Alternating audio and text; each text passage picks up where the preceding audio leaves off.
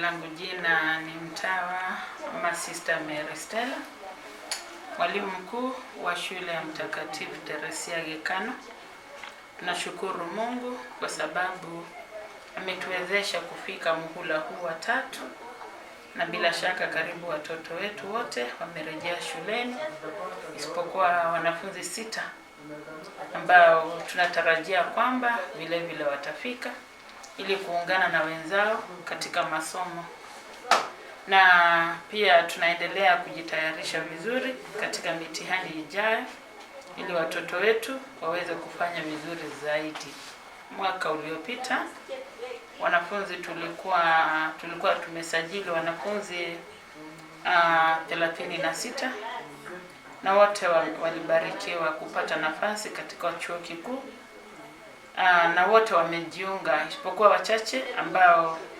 labda kwa sababu ya fedha ama kwa sababu tarehe za kufika shuleni ama chuoni hazijafika ndio hawajafika, lakini wazazi na wahifadhi wao wanaendelea kuwashughulikia vilivyo. Lakini wanafunzi wote waliweza kufuzu, ambao tulikuwa na wanafunzi 36 na wamepata maeneo ya kusomea katika vyuo vikuu mbalimbali. Tunaendelea kujitahidi kuwatayarisha wanafunzi wetu wa kidato cha 4. Kwa jumla tumesajili wanafunzi wa mwaka 2023 wanafunzi 39, kile ambacho tunaamini kwamba kupitia kwa bidii za wanafunzi na walimu na vile vile tunashirikiana na wazazi, tunaamini kwamba wanafunzi hawa wote tena Mungu atatujalia ili waweze kufuzu na kufanya vizuri zaidi na watu waweze kuingia katika vyuo vikuu. Ni wanafunzi wazuri walio katika kidato cha 4 mwaka huu, na bidii zao zinaendelea kuonekana hata katika mitihani ambayo wanaendelea kufanya kila wakati hapa shuleni. Kulipa karo mwaka mzima kumekuwa changamoto kwa wazazi wengi,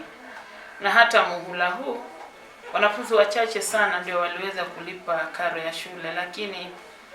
wazazi wengine wachache wameweza kusema kwamba watajaribu walipe kila ambacho watapata, na wanafunzi wengi walirudi shuleni bila karo, lakini tunaendelea kuwasiliana na wazazi ili waweze kulipa karo hiyo tuwezeshe kumaliza mwaka bila shida.